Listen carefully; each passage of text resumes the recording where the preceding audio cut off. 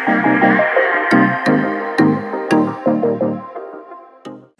Hello guys, welcome to my channel pharma care. So last video में हम लोगों ने डिस्कस किया था H1 रिसेप्टर हिस्टामाइन रिसेप्टर के बारे में, देयर डिस्ट्रीब्यूशन एंड फंक्शन के बारे में and their types also. Okay, so इस वीडियो में हम लोग बात करेंगे classification of the H1 antagonist. H1 जो एंटागोनिस्ट ड्रग हम लोग देते हैं, सो H1 रिसेप्टर को ब्लॉक करने के लिए, एंटागोनाइज करने के लिए, तो उसका क्लासिफिकेशन हम लोग पढ़ेंगे।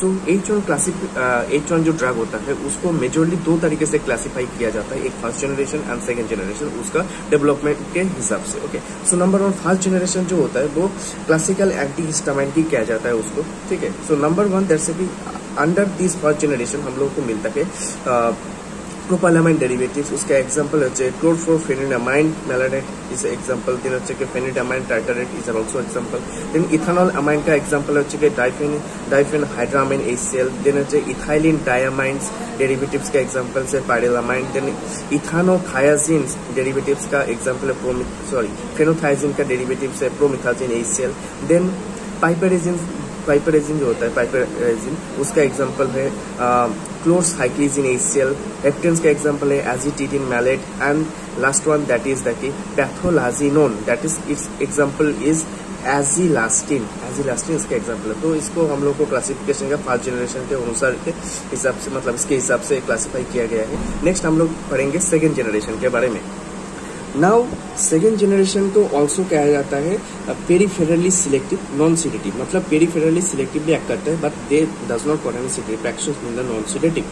सो यहाँ पर फर्स्ट वन जो है this is the piperazine derivatives and इसका एग्जांपल है cetirizine and the levocetirizine, and next one देखिए कि पाइपिरिडिन, इसका एग्जांपल है कि लोराटाडिन।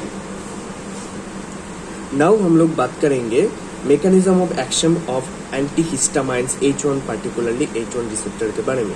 सो H1 जो रिसेप्टर होता है जो basically GPCR type of the receptor होता है, मीन GPCR मीन जी प्रोटीन कपल रिसेप्टर होता है, एंड हम लोग इसके दो एक्शन के बारे में पढ़ेंगे। नॉर्मली H1 रिसेप्टर का काम क्या होता है और आफ्टर गिविंग द एंटागोनिस्ट इसका काम क्या होता है। सो नॉर्मली जो H1 रिसेप्टर है जो क्या होता है GQ subunit of GPCR get activated and coupled to the phospholipase C, means उसके हम लोग को पता है जो H1 रिसेप्टर वो जी प्रोटीन कपल रिसेप्टर है, उसका जो सब यूनिट है GQ प्रोटीन वो एक्टिवेट हो जाता है एंड वो क्या होता है कपल्ड होता है, मीन्स दैट कि कॉम्प्लेक्स फॉर्म करता है विद दैट कि phospholipase C, means phospholipase C को एक्टिवेट कर देता है। दैट लीड टू क्या करता है, ये क्या करता है कन्वर्शन ऑफ द PIP2 को क्या करता है IP3 एंड DAC में कन्वर्ट करता है।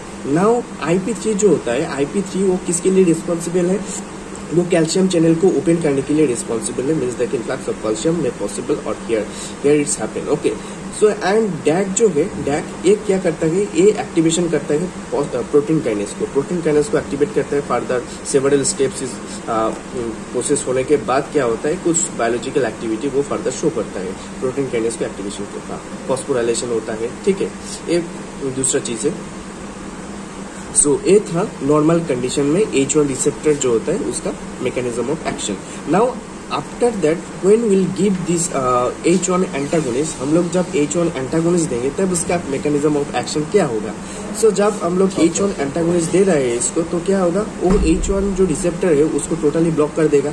ब्लॉक करने के बाद क्या होगा, वो फर्दर जितना भी मतलब स्टेप्स हो रहा था फॉस्फोलाइपेज C का activation, then conversion of the PIP2 to IP3 DAC, ये सब बंद हो जाएगा। मीन्स यहाँ पे फॉस्फोलाइपेज C का जो प्रोडक्शन है वो डिक्रीज हो जाएगा and also decrease the formation of IP3 and DAC, तो फर्दर वो कैल्शियम चैनल ओपन नहीं हो पाएगा। अल्टीमेटली हम लोगों को क्या होगा, H1 जो एंटी हिस्टामिनिक एक्टिविटी है वो हम लोगों को अचीव मिलेगा, मीन्स वो हम लोग को ऑब्टेन होगा, ठीक है। सो ये था आज का टॉपिक। सो नेक्स्ट वीडियो में हम लोग बात करेंगे इसका मीन्स H1 जो रिसेप्टर है उसके सार के बारे में।